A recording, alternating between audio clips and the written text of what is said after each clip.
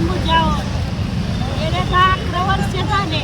मी केशपाडवीमध्ये राहते बेगर वस्तीमध्ये आणि 5 वर्ष झाले जसं माझा हातशे ही झाले पावती झाली तेव्हापासनं पावत्या भरून घेत नाही ती, घरफाळा भरून घेत नाही ती.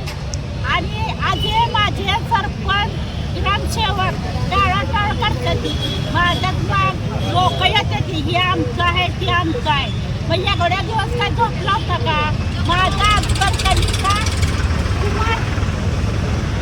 ललिता कुमार राहत होती आणि तिने मला काय म्हणली तुमची दोस्त आहे तुम्हाला राहायला घ्या म्हणून मी गरीब आहे मला कोण नाही म्हणून तिनं मला दिलं होतं आणि मग मी राहत्या.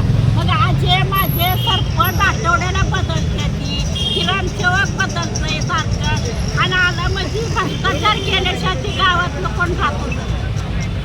त्यामुळं माझ्या हक्कासाठी माझ्या हस्ते पावती करून घ्यावा हीच माझं सरकारी मालमत्ता आहे का नाही त्या हस्ते पावती करून आमची दोघींची घ्यावावी.